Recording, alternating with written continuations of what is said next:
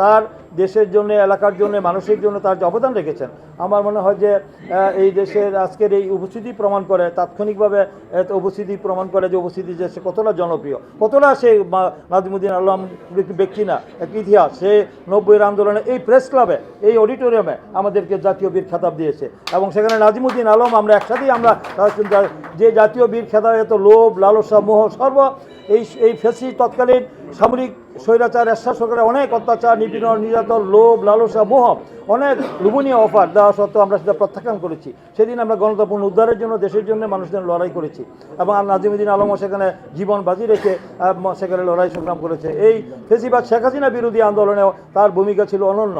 Sir অনন্ত, মানে সে নীতির প্রশ্নে আপোষ করেনি, কোনোদিন আপোষ করেনি। মিছিল, মিটিং, প্রতিটি প্রোগ্রামে তাকে আমরা পেয়েছি। সে জীবন বাজি রেখেছে, বুক চিতিয়ে দিয়েছিল। সেদিন সে দেশের জন্য, গণতন্ত্রের জন্য জীবন বাজি রেখেছে। সে বেঁচে দিয়ে তার আমরা আশা করব যে তাকে সেখানে আমাদের দলের মাননীয় বর্তমান মাননীয় প্রধানমন্ত্রী, দলের চেয়ারম্যান, তাকে উপদেষ্টা হিসেবে তাকে কদিন আগে তাকে প্রমোশন দিয়েছেন। আমরা আশা করব যে তার যে ত্যাগ, তিনি দেশের জন্য, গণতন্ত্রের জন্য, দলের জন্য তার যে অবদান রেখেছেন, তিনি অবশ্যই আগামী দিনে তাকে আমাদের দল মূল্যায়ন করবেন, এবং ত্যাগী নেতারা মূল্যায়িত হবে। কারণ ত্যাগী নেতাদের মূল্যায়ন না করলে দলকে আগে সুসংগঠিত রাখতে হবে। দল যদি ঐক্যবদ্ধ থাকে, সুসংগঠিত থাকে, তাহলে কোনো চক্রান্ত, ষড়যন্ত্র করে বিএনপির অগ্রযাত্রাকে ব্যাহত করতে পারবে না।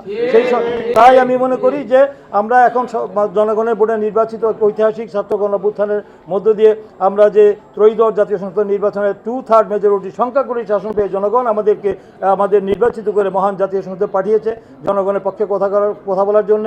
এবং এই 4 মাস হতে চলল এই সরকারের বয়স। এর মধ্যে জনগণের কাছে দেওয়া যে প্রতিশ্রুতি, যে ইশতেহারে যা ঘোষণা করেছিলেন মাননীয় প্রধানমন্ত্রী, তা আমরা অনেক অংশে আমরা সেটা বাস্তবায়ন করছি, দৃশ্যমান হচ্ছে। এবং আমাদের তার ভিতরে আমরা দেখতে পাচ্ছি একটি ষড়যন্ত্রকারী মহল সুপরিকল্পিতভাবে চতুর্দিকে নৈরাজ্য সৃষ্টি করার জন্য গভীর চক্রান্ত লিপ্ত হয়েছে। এটা অবশ্যই আমরা সাংগঠনিকভাবে, রাজনৈতিকভাবে যদি আমরা তৎপর না হই, সচেতন না থাকি, ঐক্যবদ্ধ না থাকি, তাহলে এই ষড়যন্ত্রকারীরা দেশে একটি অস্থিতিশীল পরিস্থিতি, রাজনৈতিক অস্থিতিশীল পরিস্থিতি সৃষ্টি করে গোলাবানিতে মাছ শিকার করার চেষ্টা করবে। তা আমরা সেই অপশক্তিগুলি কারা আমরা সবাই জানি।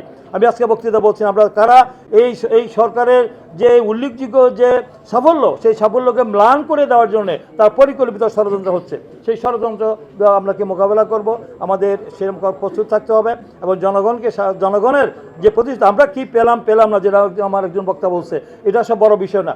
আমরা কি পেলাম কি পাইনি সেটা আমাদের খুব বড় বিষয় না। বড় বিষয় হলো যে জনগণের দেওয়া প্রতিশ্রুতি বাস্তবায়ন হচ্ছে কিনা, জনগণের কল্যাণে আমরা কাজ করছি কিনা, তাই জনগণ ভাগ্য উন্নয়ন হচ্ছে কিনা, যেটাকে বলে গুড গভর্নেন্স, যেটা বলে সুশাসন, যেটাকে বলে সুশাসন দিচ্ছে পারছে কিনা। ফেসিবাদের যা অপকর্ম করেছে, যার কারণে আজকে আওয়ামী লীগের মতো একটি ফেসিস্ট দল, একটি 75 বছর একটি পুরনো দল, আজকে তাদেরকে গণহত্যার জন্য, সেই গণহত্যা এবং মানবতা বিরোধী অপরাধ করার জন্য তাদেরকে বিগত অন্তর্বর্তীকালীন সরকার তাদেরকে নির্বাহী আদেশে নিষিদ্ধ ঘোষণা করে দিয়েছে। সেই চক্রটাও আবার নতুন করে তারা মাথাচাড়া দিয়ে ওঠার চেষ্টা করছে।